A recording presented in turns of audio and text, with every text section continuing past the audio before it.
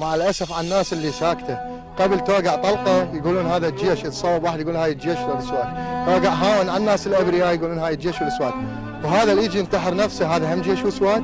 قتل الناس، اطفال ابرياء بهاي السياره 5 اطفال.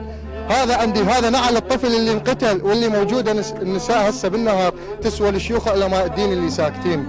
مع الاسف شو وقت تهتز الشوارب يا ناس؟ والله عيب، والله عيب. شنو فائده الجسر يفلشه؟ يعني ما تحسون ذولا فلشهم الاسلام، دمرهم الاسلام، الاسلام صح هاي وصايا الرسول بالحرب يودعون هم اسلام، لا تاذوا طفلا لا تقطعوا شجره، هي هاي وصايا الرسول دي يطبقوها، قتلوا الناس، طلعوا على مود الحراير ذولا الشيوخ والسياسيين اللي هسه قاعدين خارج العراق ويحجون ويتكلمون باسم الانبار، وعلماء الدين اللي مع الاسف ساكتين. هذا عالم دين يسكت، عالم دين لا يحكي، ما ينطق الحقيقه اللي يمثل رسول الله، يعني تريد الناس تحكي مع الاسف. ورساله من هذا المكان بعد ابد حتى العسكري راح نذبه، كنا نصير ثوار ونحمل سلاحنا ضد الدواعش وضد البوقتشيه المهرجين، ذولا الخونه اللي سقطهم الانبار وهسه يبوقولهم. يعني حتى القرآن كتاب رب العالمين ها ما خلص منهم بهذا التفجير. نهار انترس اطفال، انترس نساء، انترس شياب، يعني شنو ذنبها يا ناس؟ يا ناس شو وقت تصحون؟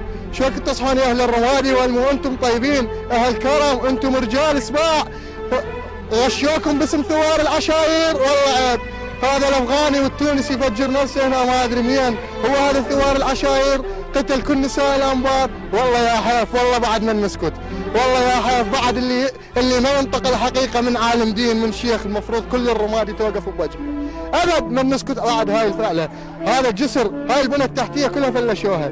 ايش بقى بالرمادي؟ ايش بقى؟ البيوت فخخوها، النساء هجروها، الجسور كلها فلشوها، بقى لنا بس هذا الجسر يربط بين الجزيره والرمادي، اللي عنده مريض يجيبه للمستشفى النسائيه، المستشفى العام، ما يطببه الا عن هذا الجسر، قطعوه حتى الناس تموت، يريد يقطعون. هذول ضد الانسانيه، ضد البشريه، ذولا عدو على الاسلام. ايش وقت الناس تحج؟ ذولا خوارج العصر، لازم نقاتلهم. والله مع الاسف يا اخي حادث ارتاله، الاطفال بالمي هسه ما طلعوهم.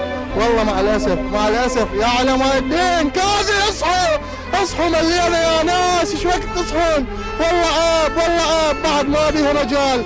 المي يصحى هسه لا وياك لا عليك، هسه الماء واقف، لا داعش، لا ويا داعش، لا ويا الناس هاي المنتفضه ضد داعش، بعد ماكو. لازم نحافظ على محافظتنا، ما نسمح لهم. البارحه قتلوا 1700 بسبايكر، ذولا مو اسلام، ذولا مو بشر.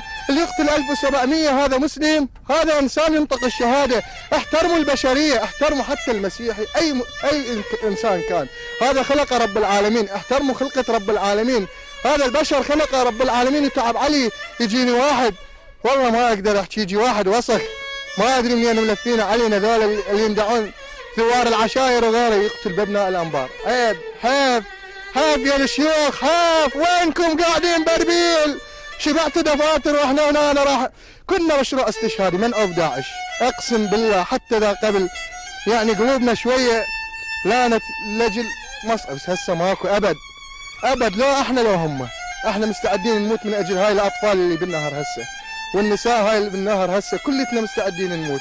انا واهل الناس ناذر نفسي لاجل الانبار وعين الانبار نهجر، والمهجرين ان شاء الله ترجع. وهذا اخر كلامي ورسالتي لعلماء الدين، اقول لهم يا حيف يا حيف، حسبي الله ونعم الوكيل، حسبي الله ونعم الوكيل. هذا هم كبر من فجر نفسه، هم كبر وقتل هاي الانسان، الناس كلها هم علن وكبر وقال الله اكبر وفجر نفسه. كبسلونا صدق، هاي ينطونهم حبوب ويجون يفجروهم هنا. مع الاسف